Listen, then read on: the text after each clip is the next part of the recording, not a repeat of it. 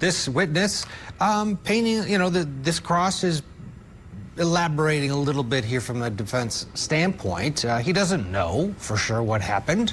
What's your take? Ted, the defense always remains silent. So, again, I apologize for the voice. This witness, you can see there's a difference between direct examination and cross-examination. Direct examination, Pfeffer, the witness, he didn't seem like he wanted to be there. It seemed like he'd rather be getting a colonoscopy than asking and answering the questions of the prosecution, even with the use immunity he's getting.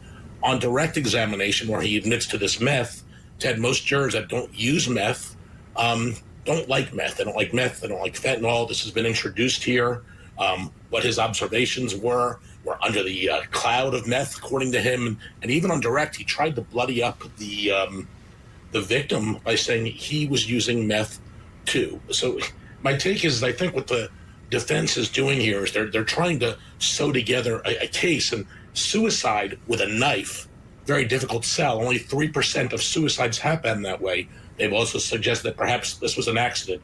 Could the meth that they're embracing, this character evidence that's come in, perhaps explain that this was an accident? The victim killed himself.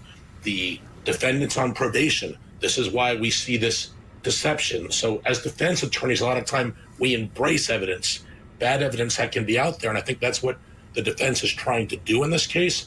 Is it going to work, Ted? That's a different question than the $1 million question in this case. Yeah, everyone's on meth, and there's physical altercations in the history of this relationship. That just turns it into chaos. Some jurors might say, well, that means we don't know.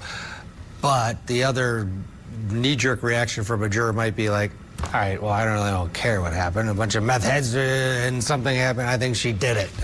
We'll have to see, but you're right. The defense is leaning into that chaos in the apartment, which is probably a very good idea. Eric, thank you. Have a great weekend. We're going to get a break. Rest that voice.